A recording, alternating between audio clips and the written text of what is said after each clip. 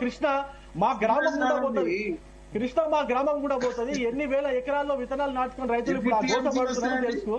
అరే మీకు తెలియనప్పుడు రవి గారు నేను మళ్ళీ మీతో మాట్లాడతాను. రవి గారు, రమేష్ గారు మొత్తం మీద మీరు అధికారంలోకి వచ్చి 18 నెలలు దాటింది. ఇప్పటికీ 1 కాదు 2 కాదు దాదాపు అన్ని ప్రాజెక్టులను నిర్లక్ష్యం చేశారు అనేది ఇక్కడ వాదన. ఎకరాల్లో భూమి సాగవుతుంది. ఓకే రమేష్ గారు, నేను అనేది 10 ఏళ్ల కాలంలో టిఆర్ఎస్ కు వత్తాసు పలికి వాళ్ళు ఏం చేస్తే దానికి సై అనుకుంటా మాట్లాడిన నువ్వు తెలంగాణ గురించి అన్యాయం జరుగుతుంటే తెలంగాణ స్టేషన్ లో ఇచ్చిన ఒప్పందాల ప్రకారం ఎలాంటి సహకారం అందించకుండా వాళ్ళను ప్రశ్నించకుండా ముఖ్యమంత్రి కేసీఆర్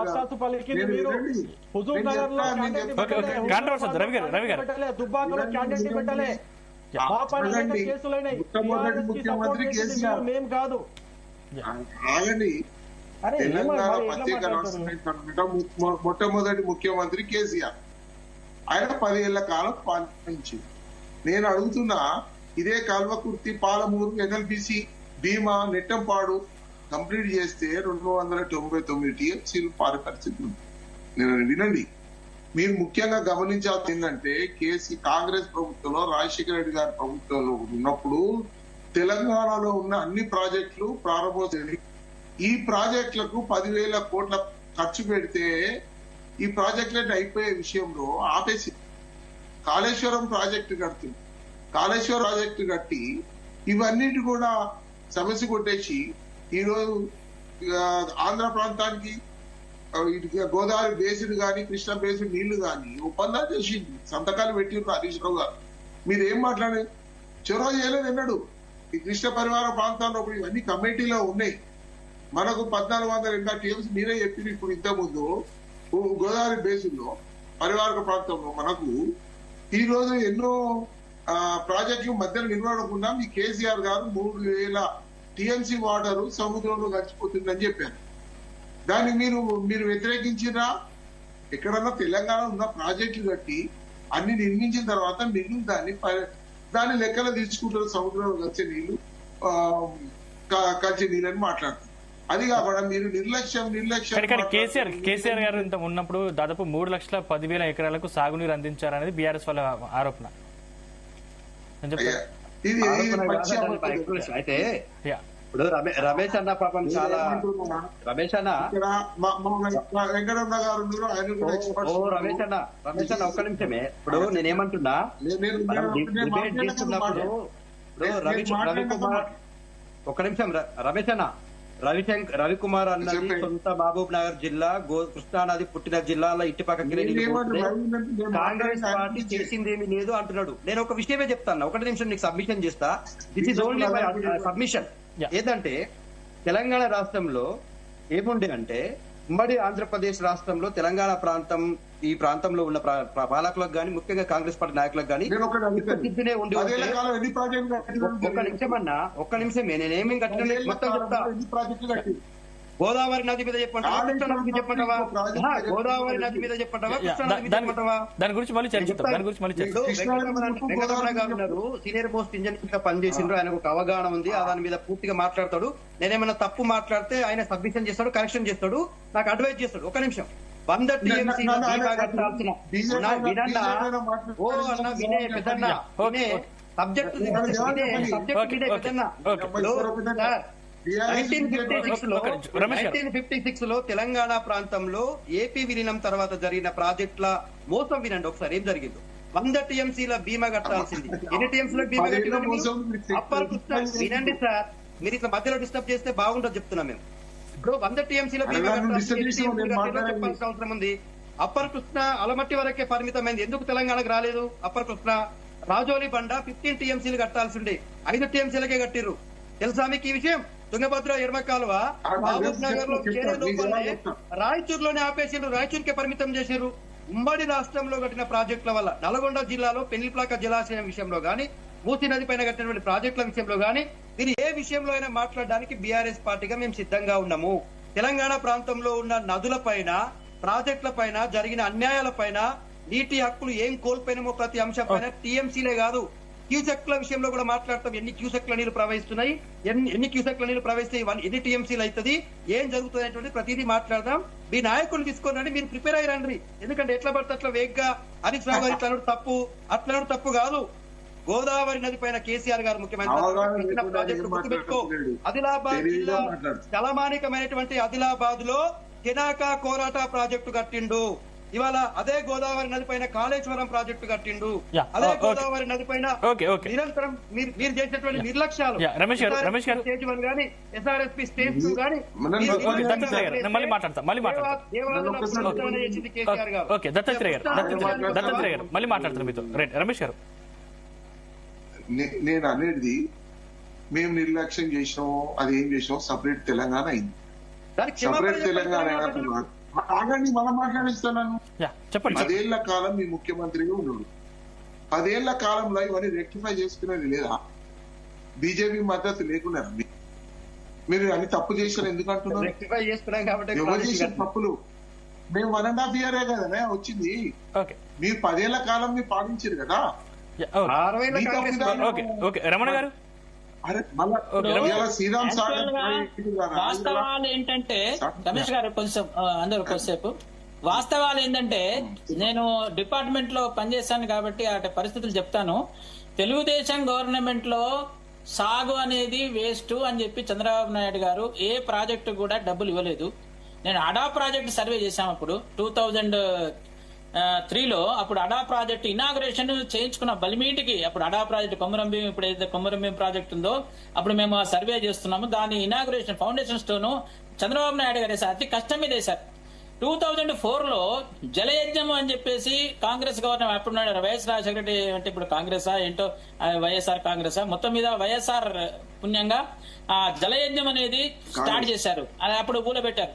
అప్పుడు ఊలబెట్టి దాన్ని ధనయజ్ఞం లాగా చేశారు. అదంతా జరిగింది, ఒక షూపుటప్ జరిగింది. అదే కంటిన్యూయేషన్, ఆ 10 ఏళ్ళలో కంటిన్యూయేషన్ ని టీఆర్ఎస్ కూడా తెలంగాణ నీళ్ల కోసమే పోరాడింది టీఆర్ఎస్. కానీ ఆ జలయజ్ఞంలో ఉన్నటువంటి ఆ మల ఏదైతుందో అది ముఖ్యంగా మల ఎక్కడుందంటే 13.615% అనేది కాంట్రాక్టర్లకి ప్రాఫిట్. రాజశేఖర రెడ్డి పీరియడ్ లోపల కాంట్రాక్టర్స్ కి ప్రాఫిట్ ని ఐటమ్ రేట్ లో ఇంక్లూడ్ చేశారు. 14% ఇంక్లూడ్ చేశారు. ఇప్పుడు అది 13.615 అయింది. గవర్నమెంట్లు మారినాయి కానీ ఆ ప్రాఫిట్ అనేది కాంట్రాక్టులకి అప్పనంగా ఇచ్చేటువంటి ఆ పర్సంటేజ్ మాత్రం మారలేదు. కాబట్టి ఇవన్నీ ఏటీఎం లాగా తయారు చేసి ఆ ఏటీఎం లో ఇప్పుడు 1,00,000 కోట్లు అంటే 14% అంటే 14,000 కోట్లు అది ఏటీఎం లో పెట్టి వాళ్ళు కొంతమందికే పాస్వర్డ్ ఇచ్చారు. ఆ మెగా ఇంజనీరింగ్ కంపెనీ వాళ్ళు ఆ మెగా ఎవడైతే పాస్వర్డ్ దొరికిందో ఎలక్షన్ బాండ్స్ కావచ్చు, ఎలక్ట్రల్ బాండ్స్ కావచ్చు, ఇంకేమైనా కావచ్చు, ఆ రకంగా మనం చూస్తూనే ఉన్నాం. బయట కూడా వచ్చినాయి ఆ ఫిగర్స్ అన్ని కూడా. ఇప్పుడు అందరూ కూడా ప్రాజెక్టులు దీని మీద తప్పు ఎవరిది అంటున్నారు? మెగా అని పేరు ఎవరు ఎత్తుతలేరు. ఎందుకంటే అందరూ మెగా వంతోని లాభపడ్డారు కాబట్టి మెగా ఇంజనీరింగ్ ఎంఈఎల్తోని వాళ్ళు ఈ దేశం మొత్తంలో ప్రపంచం మొత్తంలో కూడా వాళ్ళు కాంట్రాక్టులు తీసుకుంటున్నారు. బాగా ఎదిగిపోయారు వాళ్ళు. వాళ్ళని గురించి ఎవరు కూడా కామెంట్ చేయరు. ఈడీ కూడా ఒకసారి దాడి చేసింది కానీ మళ్ళీ దాన్ని వాళ్ళు ఏదో రెక్టిఫై చేసుకున్నారు. అది అక్కడికే ఆగిపోయింది. అట్లా చూస్తున్నా మన కళ్ళ ముందు కనబడుతున్నది. ఈ జలయజ్ఞము ధనయజ్ఞము, జలయజ్ఞం కాదు ధనయజ్ఞం అనేది అప్పుడు 2004 నుంచి కూడా ఇది అట్లనే తయారైంది. అయితే ఎవరైతే కళ్ళాల మీద ఉన్నారో వాళ్ళకింత లాభం జరిగింది. ఇప్పుడు మన ఒక ఈఎన్సీ మన హరిరామ్ అని చెప్పేసి ఆ ఈఎన్సీ దగ్గరనే 100 కోట్ల పైన ఆస్తులు దొరికినాయి. అట్లే శ్రీధర్ అని చెప్పేసి ఇంకొక చేప అంటున్నారు. చేపలు కాదు అవి, తిమింగళాలే అవి. ఆ తిమింగళాలను వాటిని పట్టుకుంటే వాళ్ళ దగ్గర 100 కోట్లు దొరుకుతున్నాయి. క్యాష్, బంగారము, ఇట్లా విలాస అంటే అవినీతి అనేది మనము ఏటీఎం అని చెప్పి విడిచిపెడితే కాదు. ఏటీఎం ఎక్కడుందో నేను చెప్పాను. ఏటీఎం ఎక్కడుందంటే కాంట్రాక్టర్లకి 14% యాడ్ చేసి ఇంకా ఎక్సెస్ 5% కూడా వాళ్ళకి ఇచ్చి మొత్తం 20,000 crores కాంట్రాక్టుల అకౌంట్ లో పడ్డాయి. అది మెగా వాడే ప్యారలల్ గా సగం వరకు మెగాకే వచ్చినాయి కాబట్టి ఆ డబ్బులన్నీ మెగాకే వెళ్ళినాయి. అవన్నీ మనం చూస్తూనే ఉన్నాము. ఎలక్ట్రల్ బాండ్స్ రూపంలో మనకు మళ్ళీ వాపస్ వచ్చినాయి ఏటీఎం నుంచి. కాబట్టి ఈ రకమైనటువంటి ప్రాజెక్టులన్నీ కూడా ఇవి ఇప్పుడు వాటర్ యూజర్ అసోసియేషన్ సాగునీటి సంఘాలు ఎన్నికలు లేక చాలా చాలా రోజులైపోయింది. ఇప్పుడు చాలా సంవత్సరాల నుంచి అసలు రైతులు ఒక సాగునీటి సంఘం పెట్టుకొని ఫీల్డ్ ఛానల్స్ ఎవరు చేసుకుంటారు? రైతులు చేసుకుంటారు ఫీల్డ్ ఛానల్స్ కి ఎకరానికి 1,000 రూపాయలు ఎంతో మనం ఇస్తే రైతులు తవ్వుకుంటారు. వాళ్ళు అసలు ఫీల్డ్ ఛానల్స్ అనేవే లేవు ఇప్పుడు ఎక్కడ కూడా. మెయిన్ కెనాల్లో నీళ్లు పోతున్నాయి. నీళ్లు వదిలితే కూడా మేనికనాల నీళ్లు పోతున్నాయి, డిస్ట్రిబ్యూటర్స్ రమణ గారు, నిజంగా కాళేశ్వరం ప్రాజెక్టు వల్ల యూజ్ లేదంటారా, లేకపోతే ఇన్ని తెలంగాణలో సంబంధించి ఇన్ని ప్రాజెక్టులు అవసరం లేదంటారా? కాళేశ్వరం ప్రాజెక్ట్ అనేది ఒకటే కాదండి, వాళ్ళ జలయజ్ఞము గాని ధనయజ్ఞం అయింది. కాళేశ్వరం కూడా ఒక ధనయజ్ఞమే, ఇది కూడా ఫేజ్ 2 అన్నమాట. అది ఫేజ్ 1, ఇది ఫేజ్ 2. ఇప్పుడు కాంగ్రెస్ గవర్నమెంట్ వచ్చింది, మళ్ళీ ఇప్పుడు కాంగ్రెస్ గవర్నమెంట్ వచ్చింది, మూసి 1.5 lakh crores అని అంటున్నారు, కానీ అది సాధ్యమైతే లేదు. అట్లే ఇప్పుడు ఎన్డీఏ గవర్నమెంట్ అక్కడ వచ్చింది, చంద్రబాబు నాయుడు అక్కడ బంగచర్ల అంటున్నాడు 81,000 కోట్లు అని చెప్పేసి. ఇది ఇంతకు ముందే ప్రపోజల్ పోయింది. అది అప్పుడు రాజశేఖర రెడ్డి గారు, జగన్ గారు ఉన్నప్పుడు టైంలో కూడా మేము కూడా వెళ్ళాము ఆ మీటింగ్లోకి వెళ్ళి. అప్పుడు కూడా 70,000 కోట్లకి ఒక ప్రాజెక్ట్ రూపొందించి దాన్ని పిఎం ఆఫీస్ కి తీసుకెళ్తే దాన్ని చెత్తబుట్లో పడేసి వాళ్ళు రిటర్న్ కొట్టారు. అప్పుడు కూడా మరో కాళేశ్వరం అప్పుడే జరుగుతుండే, అది ఇప్పుడు బంకచర్ల రూపంలో మళ్ళీ ఇప్పుడు ముందుకు వచ్చింది. ఎందుకంటే వాళ్ళకి ఇప్పుడు అధికారం అక్కడ కేంద్రం లోపల వీళ్ళు చెప్తే కొంచెం వాళ్ళకి అంటే చెప్తే వినేటువంటి ప్రభుత్వం ఉంది కాబట్టి అట్లా చేసుకునే అవకాశం ఉంది కాబట్టి ఆ రకంగా జరుగుతున్నాయి. జలయజ్ఞం ఇప్పుడు వారు అన్నట్టు మెయింటెనెన్స్ కి గ్రీస్ కు డబ్బులు లేవు. ఒక గేట్ కొట్టుకోపోయింది. నేను ఈయన అడిగాను, ఆ ఈయన అడిగితే సార్ ఒక గేట్ కాదు ఇంకా కూడా కొట్టుకుపోయేది ఉన్నాయి, ఇవన్నీ నేను ఎక్కడి నుంచి పెట్టాలి సార్? గ్రీస్ కు డబ్బులు ఆయన జీతం నుంచి పెట్టాలండి. అదే కాకుండా నాగార్జున సాగర్ లోపల ఆటోమేటిక్ ఇవాళ మనము ISS ఇంటర్నేషనల్ స్పేస్ సెంటర్ కి మనం మనిషిని పంపించాం, కానీ ఇవాళ నాగార్జున సాగర్ లోపల ఆటోమేటిక్ లెవెల్ సిస్టమ్ అంటే ఆటోమేటిక్ గా లెవెల్ ఎంత ఉన్నది, గేట్ ఎప్పుడు లేపాలి, దీనికి మెయింటెనెన్స్ కి దానికి ఎస్టిమేట్లు శాంక్షన్ చేస్తలేదు గవర్నమెంట్. పోయిన గవర్నమెంట్లు కానీ ఇప్పుడు ఈ గవర్నమెంట్ ఇంకా ఇప్పుడే వచ్చింది, ఆ గవర్నమెంట్ లో ఉన్న ఆఫీసర్లే ఇక ఉన్నారు. కాబట్టి ఇప్పుడు ఆ గవర్నమెంట్ లో ఇన్వాల్వ్ అయినటువంటి అందరు వాళ్ళే ఉన్నారు కాబట్టి వాళ్ళ ఆ గవర్నమెంట్ ను ఆ పద్ధతులనే నడిపిస్తారు. ఈ గవర్నమెంట్ కొంచెము ఆలోచించి వాళ్ళను మార్చి కొంతమందిని మురళీధర్ రావుని మార్చారు. అట్లా కొంతమందిని ఆఫీసర్లు ఎవరైతే ఇన్వాల్వ్ అయ్యారో కాళేశ్వరంలో ఇప్పుడు వాళ్ళు ఒక ఇద్దరైతే దానిలో ఏసీపీ కేసులో చిక్కారు, ఇంకా మిగతా వాళ్ళను కూడా విజిలెన్స్ కేసులు ఉన్నాయి. వాళ్ళని అట్లే పెట్టుకొని వాళ్ళని అట్లే ఉంటే వాళ్ళు అదే పద్ధతిని నడిపిస్తారు, బీఆర్ఎస్ ను సపోర్ట్ చేస్తారు. వాళ్ళు అప్పుడు చేసిన గవర్నమెంట్ మంచి చేసిందని ఏ పార్టీ గానీ ఆ గవర్నమెంట్ మంచి చేసిందని చెప్పేసి ఆ రకంగా వాళ్ళని ప్రొటెక్ట్ చేస్తారు. కాబట్టి పూర్తిగా ఆలోచించాలి. ఇప్పుడు కొత్త గవర్నమెంట్ ఏంటంటే సాగునీటి ఎన్నికల కానుంచి మెయింటెనెన్స్ కానుంచి గ్రీజు కూడా డబ్బులు. కడెం ప్రాజెక్ట్ లో మనం చూసినాము, కడెం ప్రాజెక్టు నీళ్లు గేటు ఓపెన్ చేయలేకపోతే మీదికెళ్ళి నీళ్లు పోయినాయి, ఎండిపడ్డది కడెం ప్రాజెక్ట్ లోపల. వెంకటరమణ గారు, 9 వద్ద లిఫ్ట్ ఇరిగేషన్ ప్రాజెక్టు గట్ల ఉంటే గ్రీసు పెట్టాల్సిన అవసరం లేకుండే, లేకపోతే కరెంటు బిల్లులు కట్టాల్సిన అవసరం లేకుండే ప్రాజెక్టు దానికి అది రన్ అయ్యేదా? ఇది ఒక కాళేశ్వరం పరిమితమే మాట్లాడతలేను నేను, మొత్తము ఇరిగేషన్ వ్యవస్థ గురించి మాట్లాడుతున్నాను. ఇరిగేషన్ వ్యవస్థ లోపల ఈయన ఏం చేశారు, కేసీఆర్ గారు మా సీఎం గారు ఏం చేశారు, మినిస్ట్రీని తమ దగ్గరనే పెట్టుకున్నాడు. పెట్టుకునే ముందు అంటే హరీష్ రావు గారు ఒక టర్మ్ పెట్టుకున్నారు, ఇచ్చారు, తర్వాత వారు దాన్ని పెట్టుకొని ఇరిగేషన్ డిపార్ట్మెంట్ ని కుక్కలు చింపిన ఇస్తర్లాగా తయారు చేశాడు ఆయన. రిఫార్మ్స్ అండ్ రీఆర్గనైజేషన్ యాక్ట్ తీసుకొచ్చి ఏ ప్రాజెక్టు కూడా ఒక సిఈ కంట్రోల్లో ఉండదు. ఒక సిఈకి 4 సిఈలు ఉంటారు ఒక ప్రాజెక్ట్ కి. అంటే ఆ రకంగా ఒక వ్యవస్థని రీఆర్గనైజేషన్ పేరుతో ఇంజనీర్లకు పని చెప్పడం తప్పైందా? పని చెయ్యని ఇంజనీర్లకు యాక్ట్ తీసుకొచ్చి రిఫార్మ్స్ తీసుకొచ్చి ఇరిగేషన్ లోపల ఈ యొక్క యాక్ట్ తీసుకొచ్చి మొత్తము అసలు ఏ ఫైల్ ఎక్కడుందో కూడా తెలియని పరిస్థితి ఏర్పడ్డది ఇవాళ. దీన్ని ఇప్పుడు కొత్త గవర్నమెంట్ దీన్ని మొత్తం దాన్ని సదురుకొని మళ్ళీ దీన్ని సెటిలైట్ చేసుకోవాలి. వాటర్ యూజర్ అసోసియేషన్ సాగునీటి సంఘాల ఎన్నికలు కూడా జరపాలి. మనం 1 కోటి ఎకరాలు అంటున్నాం, 1 కోటి ఎకరాల రైతుల యొక్క సంఘాలు కూడా ఉండాలి. ఒక నిమిషం, ఇప్పుడు మేడిగడ్డ వద్ద జరిగిన నష్టాన్ని కాంగ్రెస్ పార్టీ చూస్తూ కూర్చుంటుంది, అది అట్లే ఉండాలా? దాన్ని నిర్మాణం చేయాలా చేయకూడదా? జరిగినటువంటి నష్టాన్ని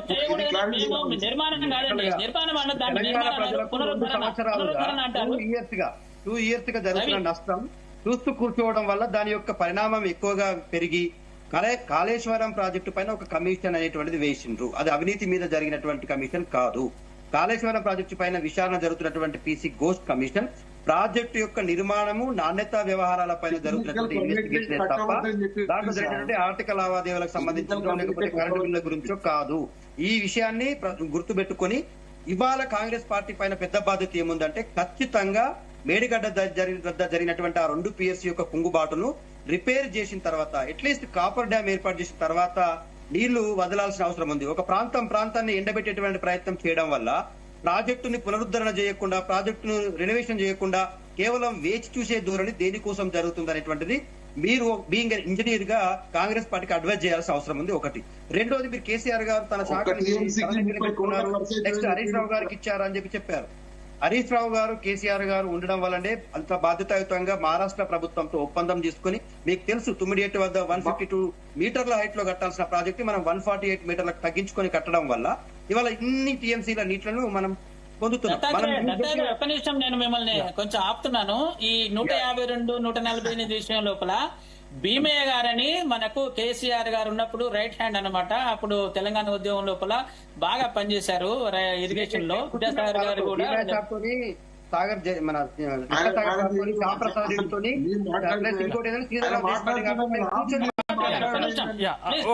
ప్లీజ్ దత్తాత్రేయ గారు ఒక నిమిషము వినండి. ఒక నిమిషం వినండి.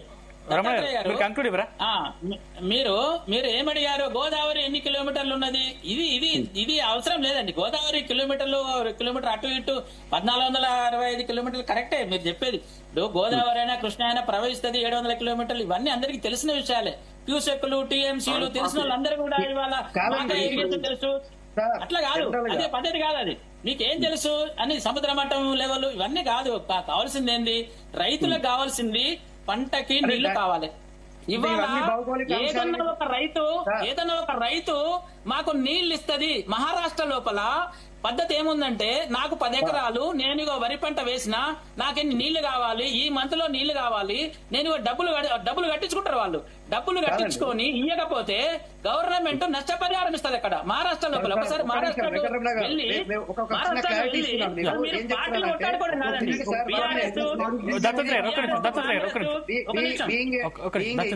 మీరు గోదావరి నది ఎన్ని కిలోమీటర్లు ప్రవేశిందో తెలంగాణ ప్రాంతంలో తెలుసుకోకుండానే రైతులకు నీళ్లు ఇవ్వాలా?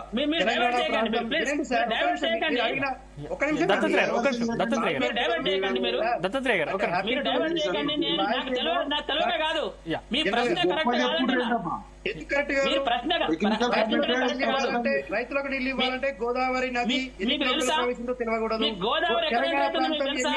ఎన్ని మీటర్లు తెలవాలా చెప్పండి దత్తాత్రేయ గారు. మీకు గోదావరి తెలంగాణలో ఎక్కడ ఎంటర్ అవుతుందో మీకు తెలుసా? దాదా ఆదిలాబాద్ జిల్లా అండి. నేను ఆదిలాబాద్ జిల్లా మీరు ఎక్కడ ఎంటర్ అవుతుంది చెప్పండి. బాసర దగ్గరలో ఎంటర్ అవుతుంది. తప్పు. తెలంగాణ బాసర తెలంగాణ నిజామాబాద్ జిల్లాకు పోయినంత మాత్రాన అది బాసరలో తెలంగాణ ప్రాంతంలో గోదావరి నది యొక్క ఎంట్రీ అనేది మారిపోతుందా?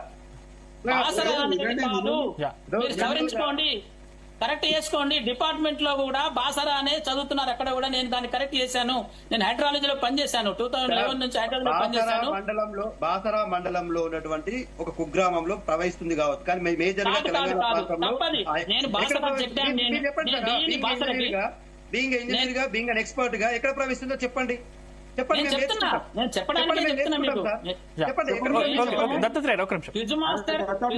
దగ్గర ఆన్సర్ లేకుండా క్విజ్ మాస్టర్ ప్రశ్న అడిగాడు.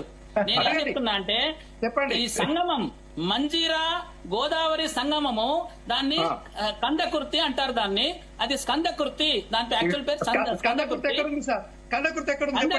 తెలంగాణలో ఉంది. కందకుర్తి తెలంగాణలో ఉంది. 600 మీటర్ల దూరంలో ఉంది. బార్డర్ ఉంది. బాసర బార్డర్ లో ఉంది. స్కందకుర్తి మీరు చెప్పిన కందకుర్తి కందకుర్తికి బాసరకు కదా ఆటోలు పోతాయి, అక్కడికి నడిచిపోవచ్చు. మనము మామూలుగా పాదయాత్ర కూడా చేయొచ్చు. సంగమ క్షేత్రము గోదావరి సమయంలో చాలా మంది అక్కడ స్నానాలు ఆచరిస్తారు. మీరు అన్నట్టుగా మందిరా గోదావరి కలిసే సమయం అది సంగమ క్షేత్రం అయినటువంటిది. ఆ తెలంగాణ ప్రాంతమే కాదు, ఆదిలాబాద్ కాదు, మహారాష్ట్ర వాళ్ళు కూడా వచ్చి అక్కడ స్నానాలు ఆచరించేటువంటి తెలంగాణ ప్రాంతంలో గోదావరి ఎంటర్ అయింది కందకుర్తిలో. ఈ మధ్యలో కూడా మన ప్రజెంటేషన్ ఇచ్చినప్పుడు సుబ్రహ్మణ్య ప్రసాద్ ఇప్పుడు ఉన్నాడు, నా ప్లేస్ లో వచ్చాడు ఇంటర్ స్టేట్ లో. ఆయన కూడా అదే చెప్పాడు. బాసరా అని చెప్పడం లేదు గవర్నమెంట్. ఇంతకు ముందు బాసరా అనే చెప్పేది. గోదావరి ప్రవేశము తెలంగాణలో అది కందకుర్తి అని అందరూ సవరించుకుంటున్నారు. నేను కూడా కరెక్షన్ చేయించాను. అది కందకుర్తి. అది 10-15 కిలోమీటర్ల పైన ఉంటుంది, 20 కిలోమీటర్ల పైన. ఇంకొక విషయము, గోదావరి అంటే రమణ గారు చివరి 1 నిమిషం కంక్లూడ్ సార్. నాకు కొద్దిగా టైం ఇవ్వాలి లాస్ట్ లో. ఇస్తాను, ఖచ్చితంగా ఇస్తాను. రమణ గారు మీరు 1 నిమిషం కంక్లూడ్ ఇవ్వరా? చెప్పండి. మీరు ఒకటే నిమిషం చెప్పలేండి. నేనేమంటే నేను డిపార్ట్మెంట్ లో రిటైర్ అయినా కాబట్టి ఇప్పుడు కూడా డిపార్ట్మెంట్ ఫలితాలను అనుభవిస్తున్నాను. నాకు పెన్షన్ రూపంలో ఏ రూపంలో నాకు ఇంకా నేను డిపార్ట్మెంట్ మీద ఆధారపడే బతుకుతున్నాను. కాబట్టి డిపార్ట్మెంట్ ని మనం రక్షించుకోవాలి. ఇరిగేషన్ డిపార్ట్మెంట్ ఏ పొలిటికల్ పార్టీ గానీ, ఇప్పుడు సెంట్రల్ లో ఉన్న బీజేపీ గానీ, స్టేట్ లో ఉన్నటువంటి కాంగ్రెస్ గానీ, ఇంతకు ముందు ఉన్నటువంటి వీళ్ళు గానీ, మన టీఆర్ఎస్ గానీ, ఈ తెలంగాణ నీళ్ల కొరకే తెలంగాణ వచ్చింది. సరే అయిపోయింది. ఈ ఉద్యమం స్పిరిట్ ఇప్పుడు అవసరం లేదు. ఉద్యమం అయిపోయింది. ఇప్పుడు వీళ్ళు వాళ్ళ మీద దుమ్మెత్తి, వాళ్ళు వీళ్ళ మీద దుమ్మెత్తి, మీరు 299 కు 512 కు సంతకం పెట్టిర్రు అని అంటే అది ఎస్టాబ్లిష్ అవుతుంది. అట్లా అనకూడదు. 299 512 విషయంలో కూడా అది ఏంటంటే జస్ట్ అది ఒక చిన్న అరేంజ్మెంట్. కేఆర్ఎంబి వాళ్ళు వేరే రకంగా నీళ్లు పంచాలి కాబట్టి ఇప్పుడు బచావత్ అన్యాయం చేసిండు. ఆ అన్యాయం ప్రకారంగానే వాళ్ళు పంచుతున్నారు. అప్పుడు ఒక చిన్న సవరణ జరిగేది ఉండే, కనీసం 50-50 అనే పంచుకునేది ఉండే. ఆ 50-50 పంచుకుంటే కూడా మనకి ఇక్కడ ప్రాజెక్టులు లేవు నీళ్లు తీసుకోవడానికి. 299 కూడా మనం పెట్టుకోలేకపోతే